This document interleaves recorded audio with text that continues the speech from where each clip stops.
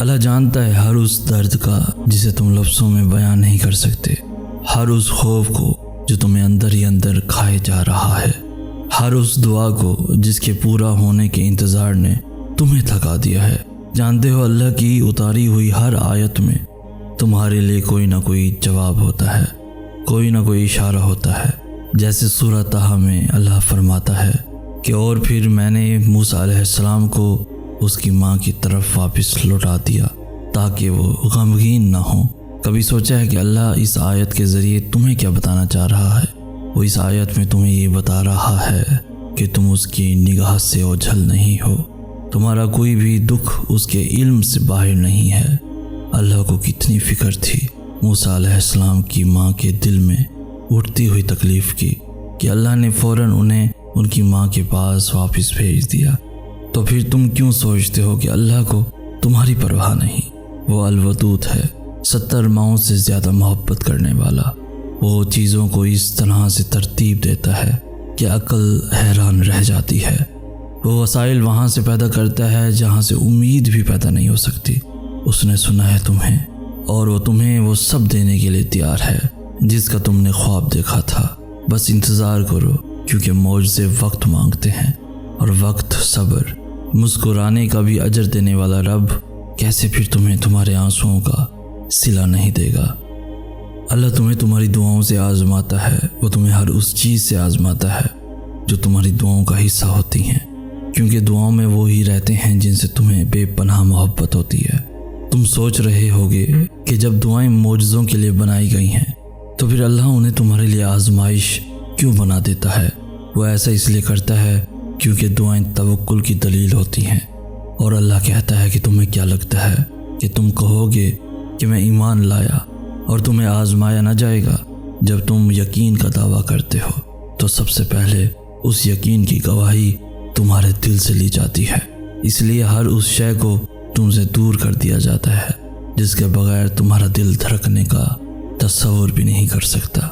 تمہاری سانسوں کی وجہ چھین کر اللہ دیکھتا ہے کہ کیا اتنا توکل ہے تمہیں اس پہ کہ تم اس پہ یقین رکھ کے سانسیں لیتے ہو، اور جب تم اس کی رضا کے لیے یہ بھی کر گزرتے ہو تو وہ بھی تمہاری رضا کے لیے کن کی ہر حد سے گزر جاتا ہے۔ اللہ ان دعاؤں کو کبھی نہیں بھولتا جو تم نے اس کی رضا کے لیے قربان کر دی۔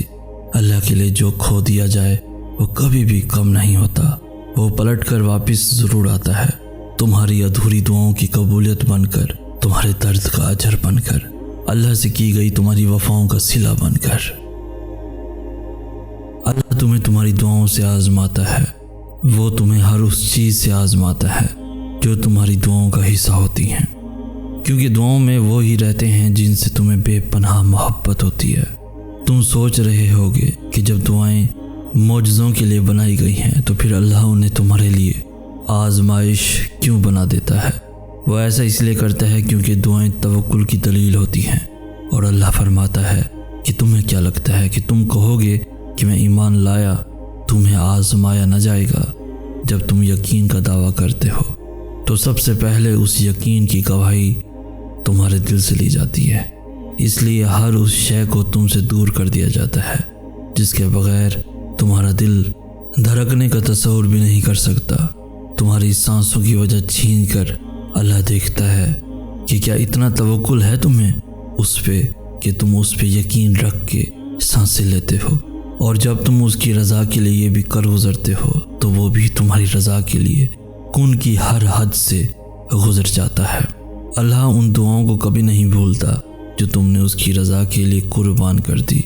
اللہ کے لیے جو کھو دیا جائے وہ کبھی بھی کم نہیں ہوتا، وہ پلٹ کر واپس ضرور آتا ہے، تمہاری ادھوری دعاؤں کی قبولیت بن کر، تمہارے درد کا اجر بن کر، اللہ سے کی گئی تمہاری دعاؤں کا صلہ بن کر۔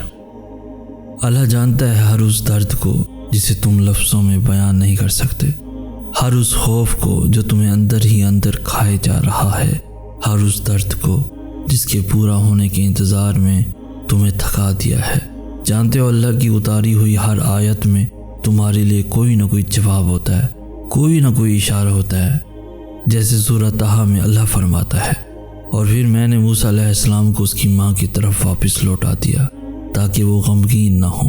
کبھی سوچا ہے کہ اللہ اس آیت کے ذریعے تمہیں کیا بتانا چاہ رہا ہے؟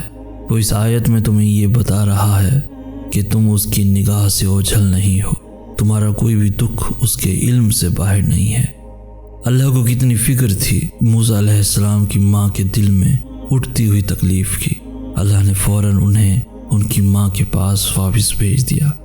تو پھر تم کیوں سوچتے ہو کہ اللہ کو تمہاری پرواہ نہیں؟ وہ الودود ہے، 70 ماؤں سے زیادہ محبت کرنے والا۔ وہ چیزوں کو اس طرح سے ترتیب دیتا ہے کہ عقل حیران رہ جاتی ہے۔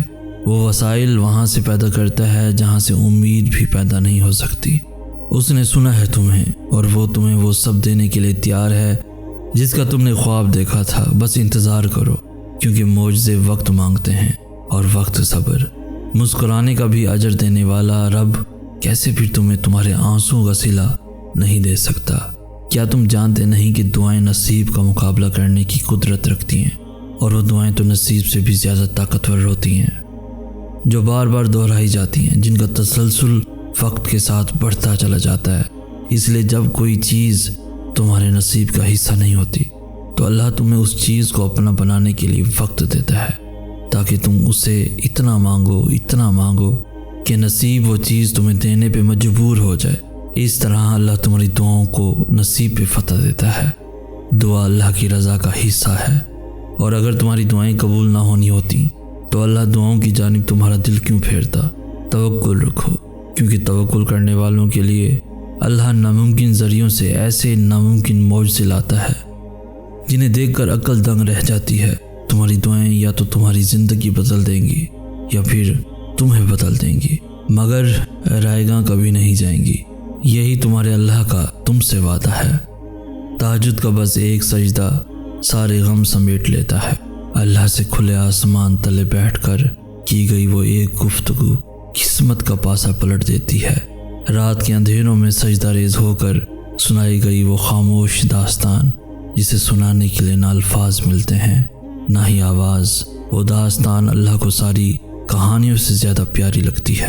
تہجد کی بے زبان دعائیں جب عرش سے ٹکراتی ہیں تو تمہاری اس چپ کا شور ایسے عرش پہ گونجتا ہے جیسے کائنات میں تمہاری آواز کے سوا کوئی دوسری آواز نہ ہو۔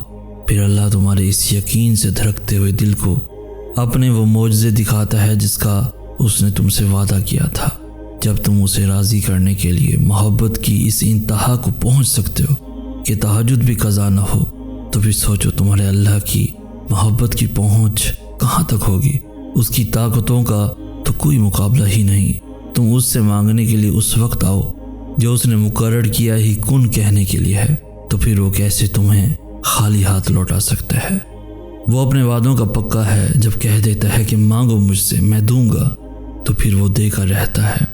اور یاد رکھنا، تہجد پڑھنے والوں کو معجزوں کا انتظار نہیں کرنا پڑتا، بلکہ معجزے خود ان کا انتظار کرتے ہیں۔ جب اللہ نے کوئی حیرت انگیز کام کرنا ہوتا ہے تب وہ تمہیں تہجد تک کھینچ لاتا ہے۔ جب اللہ نے تمہیں تمہاری پسندیدہ چیز سے نوازنا ہوتا ہے تب وہ تمہیں اپنی پسندیدہ عبادت کے ذریعے اسے منانے کی توفیق دیتا ہے۔ اور جو اس کی من چاہی عبادت قضا نہیں کرتا، پھر اللہ بھی اس کی من چاہی چاہت اسے دینے میں دیر نہیں کرتا۔ تہجد کا صلہ صرف اور صرف کن ہے۔